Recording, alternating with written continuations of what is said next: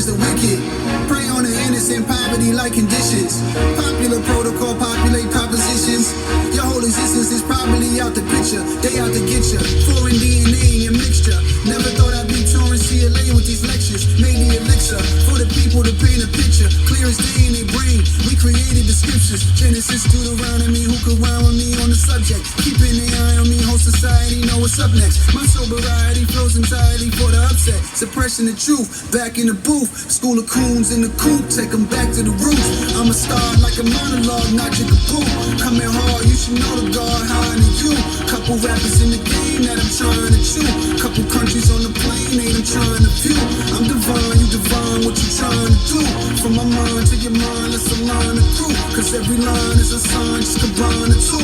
May you manifest every heart desire, every heart desire.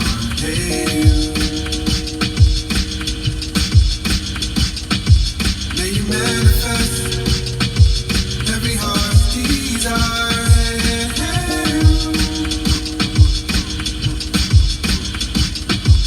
The generation of change, no longer we see meditation is strange. Maybe in different lanes, but the destination the same. Future seeing the wave, you hella late in the game. Gotta deal with the pain, repeating it is insane. Who protecting the culture? Who deflecting the vulture from scooping up all the folks up? Who you respect the most, influenced by and promote? Cause few and few of our role models moving is still a spoke of. For you there's no love. Black civil rights movement got you confused with the rules of the illuminated. Like who's related to who? Since the age of 2, made a fool. What they say in the school don't pertain to you. Taint the truth, they playing it cool. Since the age of the noose, we've been making the news. Crooked cops running blocks now, spraying your boo.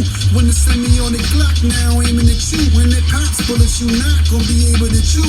May you manifest every heart's desire. Young, hey you. May you manifest every heart's desire. Hey, hey.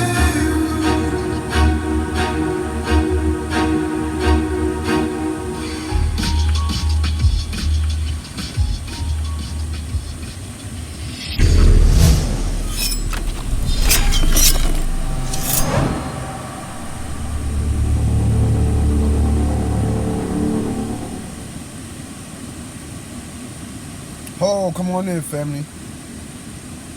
Come on in. You already know what time it is. Put your nines up. I'm gonna log in and see who my first nine is. Oh, I see y'all already in there. Y'all getting it cracking already. I see you, T. Cobbin. What up? Cobbin in the building. Peace, brother. Grand Rising, Tawana Atkins in the building. Sharon Taylor's in the building as well. Eddie C&D's. I see you, long-time supporters. Dead Celebrity, what up? Grand Rising, Bruce Williams out of Texas. Put your nines up, let me know where y'all from. Word up. Anthony Bailey, Be Enlightened, and Be Nice. That's my first nine on board. Shout out to all y'all. Dua for being in the building. You already know. Assalamu alaikum, shalom, hotep. Grand Rising to the royal family and all that. All of that. Let's chop it up for a second. You see if I can turn some of this down.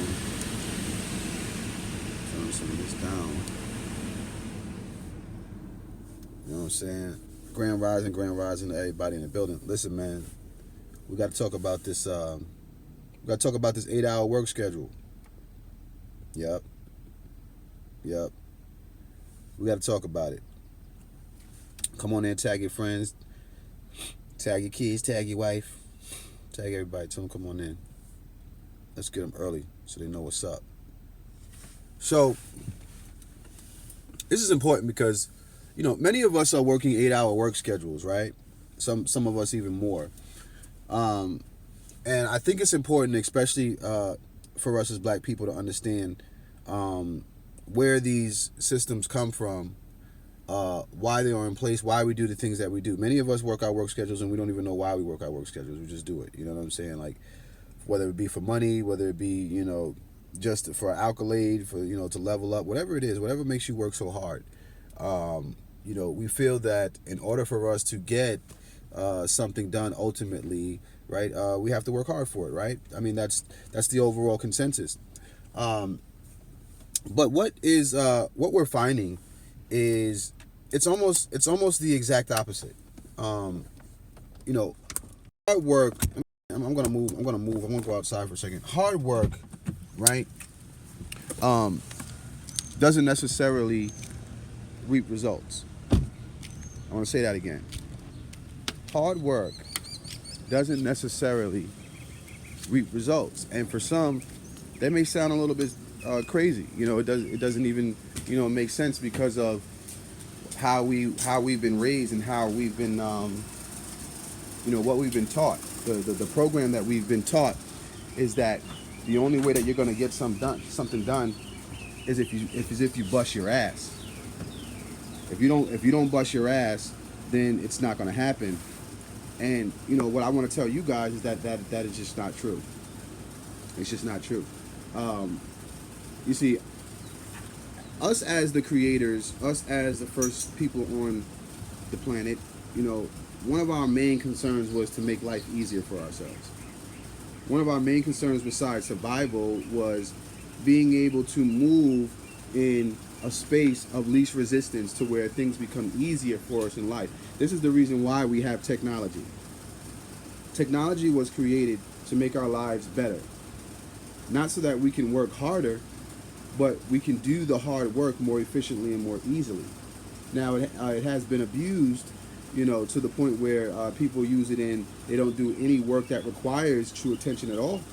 But, it's important to understand that hard work is not what reaps the results. So you want to work smarter, not harder. You want to work smarter, not harder. And you need to understand what hard work actually does to the body, like literal hard work, right? And when I consider hard work, I'm talking about long days, sleepless nights, that type of routine. Let's deal with the origin first and foremost. The 8-hour workday. The 8-hour workday. Everybody that's working an 8-hour workday right now, it's important to understand that this wasn't always here. This is something that is fairly new, actually within like the past 100 years. Within the past 100, I'd say 120 years, is when the 8-hour workday schedule came about, and it came about as due to Henry Ford, the car manufacturing company. You see, Henry Ford wanted to get people to be able to produce cars because back then we were doing them, a lot of the stuff by hand. We were doing a lot of stuff, the machinery that we had still had to be operated by human hands. So he wanted to create a 5-day, 40-hour work schedule so that he could produce more cars and get more production out of human beings making his vehicles. So people started to adopt this lifestyle. It wasn't something that was mandatory. It wasn't something that was nationally declared that we're all going to start working 8-hour work schedules. This was just a set of practices that he utilized to grow his business that people saw as conducive to drive business, and people adopted. Most businesses adopted it just to fall into a lifestyle. It wasn't something that was mandatory or something that had to be done. It was simply to produce more products. It was simply to engage in the matrix of consumerism and to push us further into the climate that we're in right now, where everyone spends more time working for others' accomplishments than their own. You see, there was a time when we were coming up when being a hand craftsman, somebody who could work with their hands, was the way to go.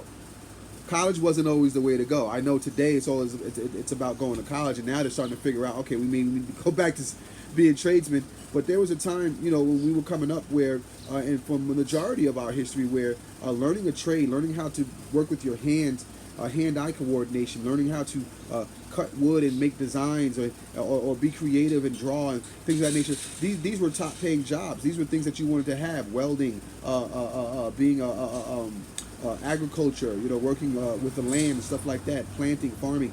These were the real high-paying jobs for that time. Technology took over and kind of like wiped out a lot of it, due to them removing the necessary handwork to produce the product that which they were producing. So now we have a bunch of, we could always say like we're we're employees who are spoiled brats, essentially, because we're used to having it done for us, whether it be automated or some sort of system in place, right? When you go to a job and they don't train you on how to do the job, you get pretty upset because you automatically expect when you come in to have some sort of system laid out for you, right? As to how you're going to make your living. You see, so what they do is they throw you in this 8-hour work schedule. You see what I'm saying? So you could get a sense of routine. At the same time, they're training you. They're training you to be more submissive, because and to also just go with the program. You see, as long as you've been in this system, some of y'all been doing this 8-hour work schedule or even more for more than half your lives. So you're so used to it that, you know, even if somebody came to you, such as myself, or somebody came to you with a little bit more knowledge on how to make some money, you know, with your own black-owned business, you wouldn't even know how to do it. You wouldn't even know how to approach it or to touch it. You would think you're incapable of doing it, and it's something that you ought not to do it. That's even the worst. That's the worst place that you could be in, where you have people that think that it's wrong to actually run your own business. It's like they almost look at you like if you're running your own business, like you're counterproductive. You know what I'm saying? They almost look at it as like bum stature. You know what I'm saying? People look at there's a breed of people, black people, that look at entrepreneurship like that because, you know, they're so used to having their everything laid out for them. You know what I'm saying?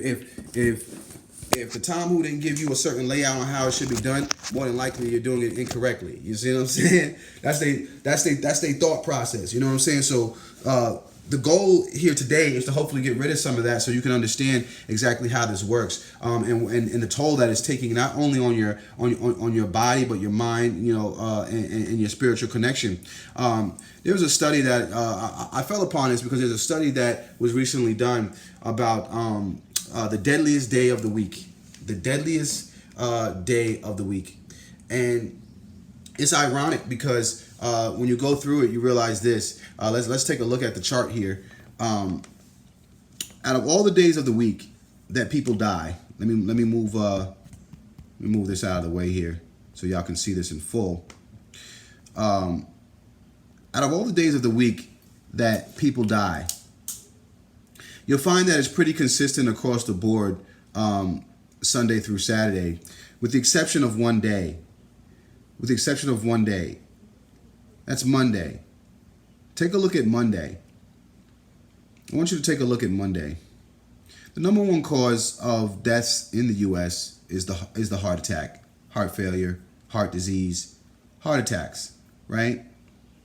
And what I want you to notice is, you see, most of the days of the week, people who have died from this are within a pretty significant, significant number, about 2,000 to 3,000 people, pretty consistent, until you get to Monday. What's so crazy about Monday? Well, you know, according to today's lesson, and those of you who are smart enough to figure it out, you know, stress factor relies hardly, or I should say, heart attacks rely hardly on stress. You see, Monday is the day where most people in America, their stress factor goes up. The stress factor goes up in between Sunday and Monday. You see, because you realize that you got to go to work on Monday. Most people are fine during the weekend. Friday night, going into the weekend, everybody's great as far as their attitude and their spirits. But going in from Sunday to Monday is when you'll find the highest levels of stress and stress-related diseases starting to show their ugly head. And that's because most people are working the 8-hour work schedule Monday through Friday. And on Monday is the day where things start to come to a head, where all of their stresses and all of their anxieties, whatever they're feeling in life, start to show their ugly head around Sunday night, because they're looking forward into going into work on Monday.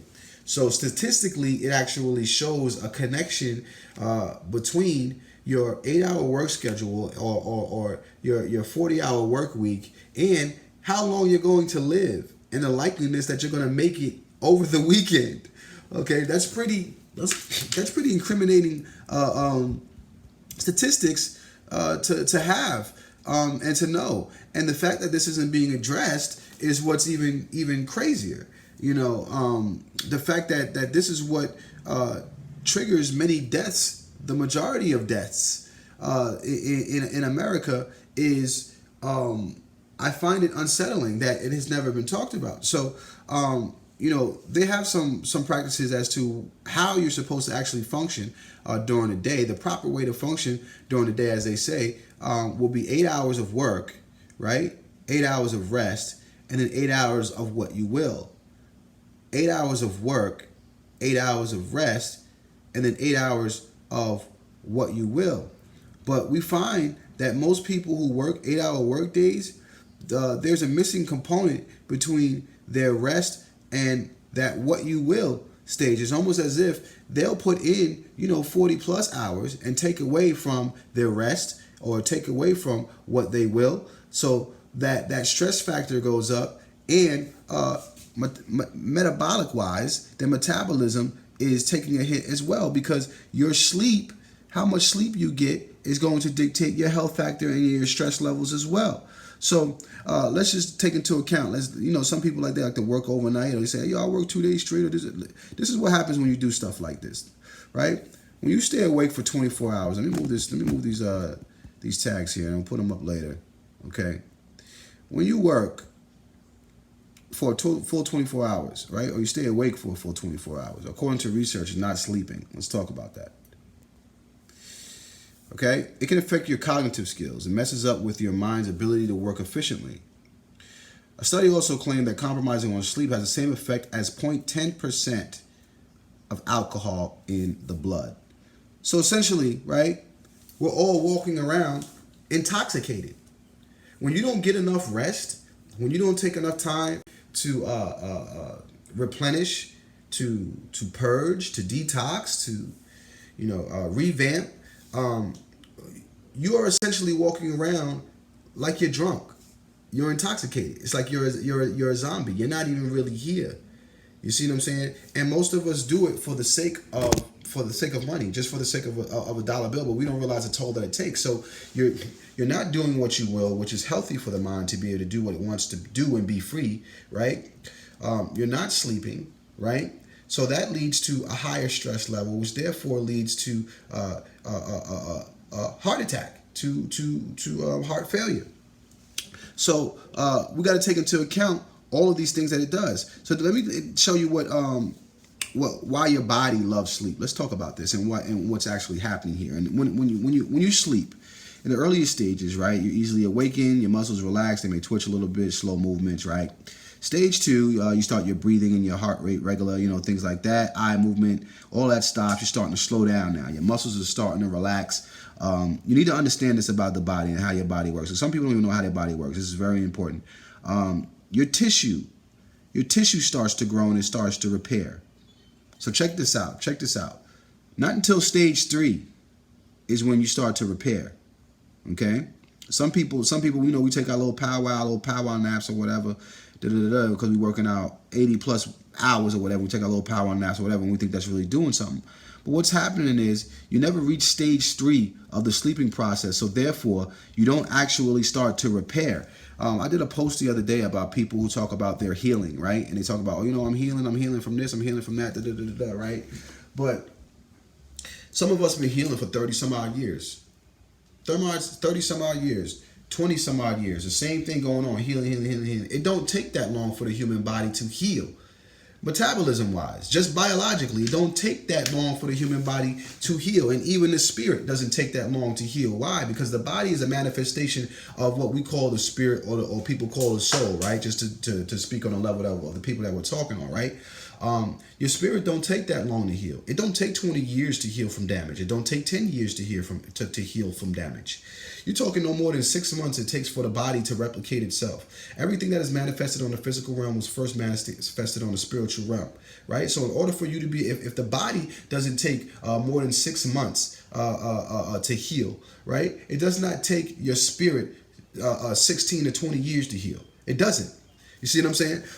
The problem is we're not putting ourselves in a state of healing. You see, you got to put yourself in a state of healing, which means you have to rest. You have to rest. If you are not resting, if you are not putting your body consistently in the third stage of rest, right? You will not be able to heal because that's how the body works.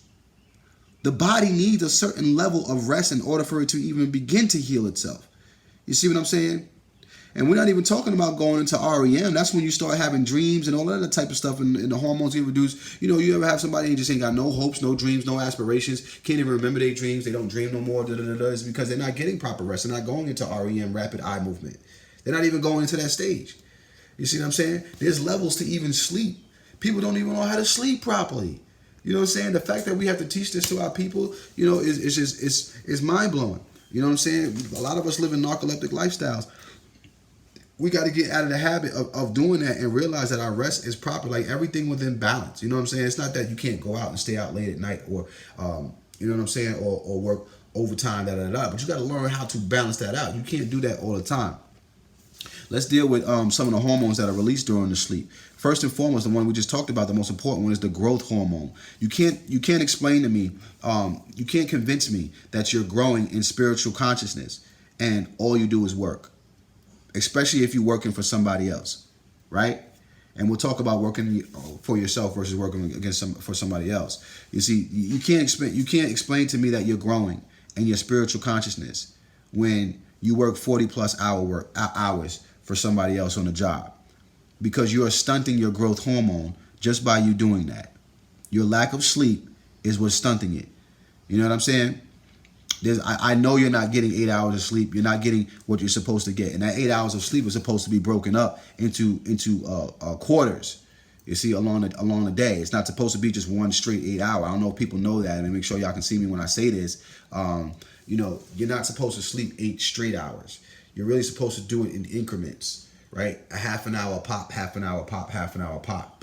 Humans are biphasic with their sleeping cycles. This is why around lunchtime you start to get a little bit drowsy. You're supposed to cut that in half. You're really supposed to work no more than 4 hours. A human being is only supposed to work efficiently, can only be efficiently working at optimal level no more than 4 hours. After 4 hours, you're supposed to rest. Okay, so that's the proper way to sleep. But it's also very important to understand that you release certain hormones when you're sleeping, and your lack of sleep is what prevents these hormones from being released, which first and foremost is the growth hormone, right? And then we also have anti-diuretic hormone, or ADH, which prevents the production of dilute urine.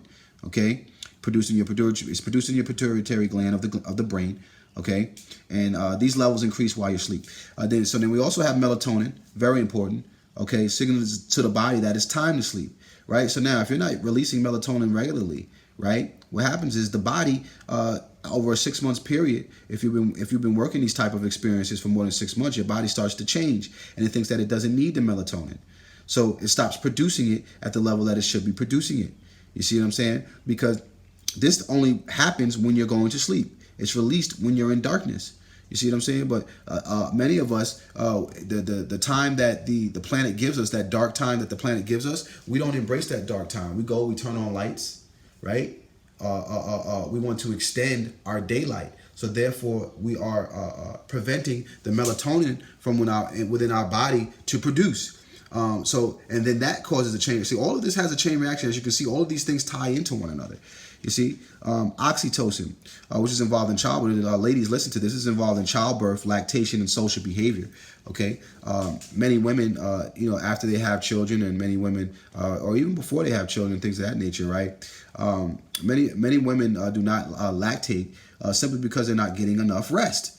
It's just that simple. It's not even rocket science. It's not because they're not eating and they're having their iron pills and they have their lactate pills or whatever, all that stuff. No, those are all supplements because you're not doing what you're supposed to be doing. Oxytocin is what gives you that lactation so that you can be, let's say, abundant for your child.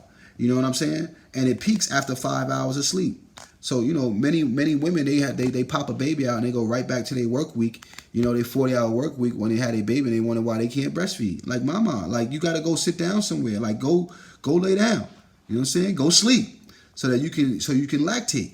You know what I'm saying? That's important. This is where the men's role comes into play when women first have babies and stuff like that. Like, we really have to be instrumental for the woman so that she can lactate. She needs to rest to lactate. That's a job. That's a job within itself, producing milk. That is that liquid gold. You know what I'm saying? It's probably the most important liquid being produced in the world. So To do that, it takes a lot of energy. It takes nutrients from the body, things of that nature. And the woman needs to sleep in order to do that. Okay. Prolactin. This is involved in over 300 functions, including lactation, metabolism, and immune system regulation. Let's talk about metabolism for a second. Many of you women that are trying to lose weight, right? Or trying to get in shape and things of that nature. So you're going to the gym, you're banging out in the gym, you say, oh, if I put in more work in the gym, if I work hard in the gym, I'm going to lose all this weight, and the weight ain't going nowhere. Why? Because you ain't sleeping. Your metabolism is off. You see what I'm saying? So so the lack of rest, right? And working these jobs it could be, for some of us, it's the answer to pretty much all of the problems that we have in life. We place the value on a dollar that goes above and beyond even our own moral, ethical code and health practices, to the point where we're willing to risk it all. We're willing to risk it all. Like, what good is $1 million if you don't have health, if you're not healthy? What good is even just getting by if you ain't healthy? You know what I'm saying? What really is more important than your health? People go to the grave all the time, every single day, statistically around 330-something thousand. Statistically, because they put a dollar over their health. So then, let's look at the flip side and say, oh, well, where, so how am I supposed to make my money, and and stuff like that. Your lack of finances is due to a lack of knowledge, not due to a lack of effort. I think it's safe to say that we as a people, we as black people, we work very hard. We one of the hardest working people, and we are the engine for the United States, literally. There's nobody who works harder than us. What we need to start doing is working smarter. Start working for ourselves. You see, when you're putting in that work that you're doing, when you're putting that work needs to be something that's conducive for you.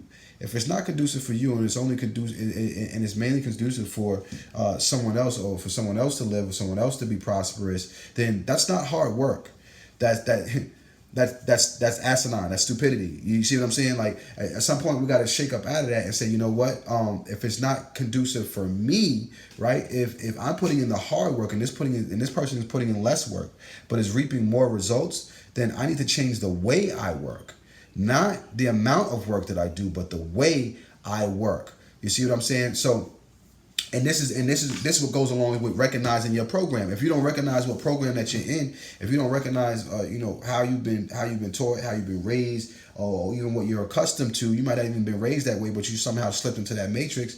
If you don't recognize it, then you can't fix it. You don't realize what the true problem is. The true problem is where your attention is going, where your hard work is going. Is it going to something that's conducive, or is it going to something that's in vain? Now, it's let's put it this way, it's dangerous to think along these lines as black people. Why? Because we are connected to the universe. As a man thinketh, so shall he be. So the moment you start putting these thoughts into practice, the universe starts to respond. So if you are one of those individuals that's working an 8-hour work schedule or even more, what happens is you're going to start to see the universe start to align things in place to get you out of that. Now that you're thinking that, now that you're seeing other options for yourself. Many of us, we don't know that the options are actually there, so we aren't able to think on these things and therefore manifest them into the physical realm. So just to put that disclaimer on there, if you're starting to think about these things now, it's going to trigger cataclysmic events for you. I'm gonna let you know, cataclysmic events for you that you're gonna have to pay attention to as far as your job. Some of you may lose your job right after this, right after watching this video. Some of you may be presented an opportunity, for growth within your own business or whatever, right after watching this video. Some of you just may have thoughts of moving on, from your workplace or whatever you're doing, or moving up in the executive ladder, whatever it is that you're trying to do. There's going to be a change happen when you know better. You see what I'm saying? When you know better, you do better. You see what I'm saying? And what happens is the universe starts to hold you accountable for what you know. If you don't know, you just don't know. But you just stay in your reciprocal cycles. But when you know something and you know that there's better out there, the universe starts to respond on it. As a man thinketh, so shall he be. So it's important that we start to take control over our lives. We can't sit back and say, oh, I have to do this or I have to do that. No, you don't have to do anything. These are choices. You see what I'm saying? Lack of rest or too much rest, anything out of balance is a choice. Everything that we have as far as our job situations and how we make our money, those are choices that we make. You see what I'm saying? In 2019, you have the ability to do so many things. There are so many different ways to make money. There are so many different ways to consistently provide for yourselves and your families without sacrificing your health for it. And we have to start taking it more important. Our attitudes towards life, our outlooks on life, our perception, our productivity, efficiency, all these things tie into how much work we're putting in, how much rest that we're getting, and how we calibrate and balance these things out. A lot of times people say the things that they say and do the things that they do, not because it's their heart, simply because they just tired as fuck. They just tired of their lifestyle, tired of the way they're living, and rest is not just, when we're talking about fatigue, we're not just talking about fatigue from working a job. We're talking about fatigue from situations. You know what I'm saying? Going through the same things over and over, people get tired, right? So if you're doing something over and over and over, and you have a ritual that you participate in every day, and you're doing it every single day, you have to realize that it takes a toll on your body. Make sure that you're cleansing. Make sure you're taking the time to detoxify. Make sure you're taking that time to reflect, relate, release. All that type of stuff. All that stuff is important. You see what I'm saying? To your everyday function. So with that being said, understand where the 8-hour workday comes from. No, it's not normal. If you're sitting on your job and you're saying, is this what life is about? No, it's not what life is about. You're worth much more than that, and you have much more to offer to the universe. If you really pay attention to history and how things came about and what you're actually used to. Your DNA will tap into an alternative lifestyle much quicker than this 8-hour work schedule that most people work. So start to think about that, especially in the future. If you have the opportunity to go into being into business ownership, a black-owned business, or whatever it is that you may be thinking about, definitely entertain the thoughts when you're ready, because ultimately you can't do this for the rest of your life. You can't work an 8-hour work schedule for the rest of your life. You will die. You will die before you get to even enjoy that which supposedly comes out of it. I mean, people nowadays aren't even getting their pensions and their Social Security. So, you better off shooting your shot at yourself and putting it in yourself. When you're doing something that you love to do, it doesn't even feel like work at that point. At that point, it doesn't matter how long you're doing it. You know what I'm saying? Because it's not work at that point. It's something that you enjoy. But when you're in something that doesn't bring you happiness, and it keeps you in a state of limbo as to how you feel about life and your perception on life, it ultimately destroys your spirit, ultimately destroys your soul and your overall vibration altogether. So you got to take that into consideration. So that's where we are. We have important events coming up. First and foremost, the most important thing that's going down is Friday, July the 12th. We have all the heavy hitters of scholarship coming out to Long Island, including Dr. Umar Johnson as well. He'll be coming out here for the first time, and we're going to be meeting at Mercial Park in Hempstead. That's 90 Atlantic Avenue. 90 Atlantic Avenue. If you want to be a part of this situation, get your tickets now, because there'll be no tickets sold at the door. The only people that will be allowed into this event are those who are ticketed. Okay, and that's also for the Dr. Umar Johnson event. This is his first time coming here. We are super proud to sponsor this event. We are also looking for donations or anybody that would like to help out. We're looking for volunteers. If you want to help out with this event, come on out. And I actually sign up first at AK Entertainment Group, akentertainmentgroup.com if you'd like to be a sponsor, or you want to buy your tickets, or you can go to Be the Change That You Want to See New York. Email them, be the change you want to see ny@gmail.com. Be the change you want to see ny@gmail.com if you want to be a part of that situation. Also, our trip to Egypt. We are going to Egypt in December the 26th through January the 3rd. We will be spending the new year in Kemet. If you would like to be a part of that situation and you want to go to Egypt with us, hit me in my inbox right now for details so I can put you in our group chat so that you can see our presentation, so that you can get involved with it. But we're leaving in December, so get your money up now. If you got your money up and you're ready to go, hit me in my inbox so that I can send you to our presentation and you can get signed up for our trip back to Egypt, where we are taking 100 people this time. We took 50 people last time. This time we're taking 100 people to Africa for the first time. And if you want to join us, hit me in my inbox right now. Or you can hit me in my Facebook inbox, whatever have you. But hit me in my inbox and I'll give you the intel. Also, the Lighthouse Family Reunion is coming up on August the 10th from 12 to 6 in Charlotte, North Carolina. If you want to be a part of that situation, it's $20 for your plate. Make sure that you put your money up now so that you can get your plate.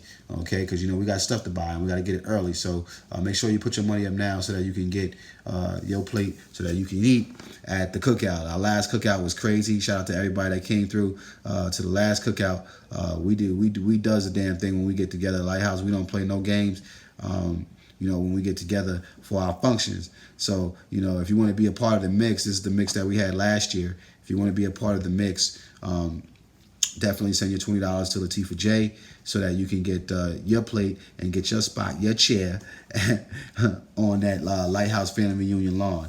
You know what I'm saying? So we could build with one another. I'm super excited for that. Also, we have an initiative for our elderly, Maratu Abatu. If you want to be a part of that situation, hit up Tanya Smiley and Clinton Jones. We can't put it all out there. What we're doing, some of it is a surprise. So hit up Tanya Smiley or Clinton Jones via Facebook on my Facebook page. If you haven't joined my Facebook page, join now. Go over there and click follow. Okay, friends list is full, but click follow and you'll be able to hit me in my inbox there as well, because that's where most of our transactions go, through Facebook. So. That we have that going on as well. Also, Flint, Michigan. We're returning back to Flint, Michigan sometime this month. If you would like to be a part of that, our initiative, delivering 40 gallons of fresh water to 10 families every single month. You can also hit me in the inbox for that, and I will forward you to our Flint Water Crisis Initiative chat group. All right, so that you can be a part of that and join us out in Flint, Michigan, where we pass out water to our qualifying recipients. If you just want to donate, you can donate by texting Flint to 41444. Donate by texting Flint to 41444. Okay. Other than that, that's what we got. That's what I got for you. May the divine force in me greet the divine force in you, and may you manifest every heart's desire. You can find me on Instagram, you can find me on YouTube, and you can find me on Facebook under those tags right there. All right? Pay attention to how much time that you're putting into work versus how much time you're putting into your sleep versus how much time you're putting into your creative processes and what you want to do in life, because it's important to your health factor, it's important to your longevity here on this planet, especially as Black people tied to this universe. With that being said, I love you, Ashe family, and peace.